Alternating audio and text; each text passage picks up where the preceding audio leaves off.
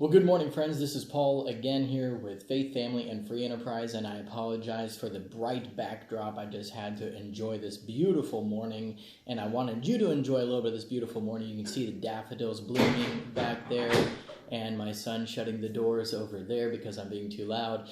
And I just wanted to talk to you a little bit about gifts this morning, a little bit about love, a little bit about what does it mean when the Bible tells us that God showed his love toward us? What can we do to show our love towards others? I have a couple examples of gifts here in front of me this morning. Right here is a cup that was a coffee mug. You can see this coffee. You can see the steam coming off from it, and it was just a random act of kindness. Somebody saw something that made them think of my wife, and they said, you know what, I bet Emily would love one of these, so she got it for us.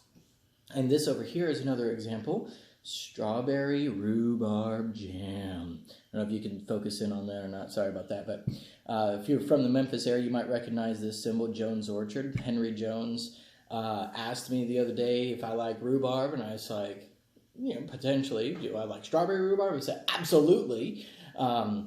Memories from my childhood of a cousin up in Michigan, fresh grown rhubarb in her garden, and making strawberry rhubarb jam, and it was just that perfect blend of sour with a little bit of tang. Loved it. Right here. Sorry. Highly recommend. But these were random acts of kindness. I didn't ask for this. They asked me, or they just randomly thought of me or my wife and said, hey, we would like to do this for you. There's so much power in giving. And if you don't make it a practice to find ways to give to some people, it doesn't have to be monetary things. It can be kind words. It can be a note. There's all kinds of ways we can do it. But think about what God has given for you and I. How much has he given for us? In Romans chapter 5 and verse 8, it says here, but God commendeth or showed his love toward us, in that while we were yet sinners, Christ died for us. God showed his love so clearly in that while we were sinners, Christ died for us. Brendan Manning, in his book, The Ragamuffin Gospel, I'm reading through right now, said the sinner saved by grace is haunted by Calvary. We're going to talk about repaying people's gifts and kindness in a little bit. Is haunted by Calvary, by the cross, and especially by the question, why? Why did he die? A clue comes from the Gospel of John. For God so loved the world that he gave his only begotten Son, that whosoever believeth in him should not perish, but have everlasting life. This is the why. Another clue comes from Paul in Galatians. He loved me and he delivered himself up for me. The answer lies in love. Now, there is no greater love than what God has showed towards us. We cannot begin to repay the love that we owe. Now, I could easily repay these gifts. I could say, you know what? I thank you so much for this. It was amazing, and I appreciate you thinking of me, but I found out online how much you charge for it, so here's your money. Or I went onto their website and I saw what they were selling these for. Here's some money for you. I can never repay this.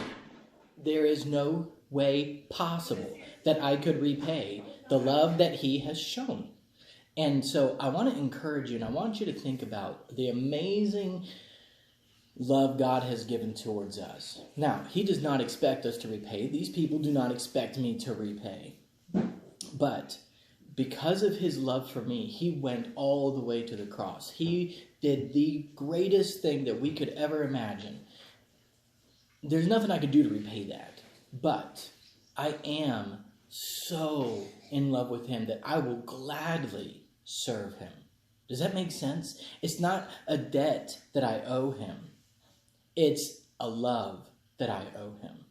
Just like when I show my kids that I love them, and that my daughter, she just walked in the door here, there's no way she could repay all of the love that I'm pouring into her. I don't expect her to.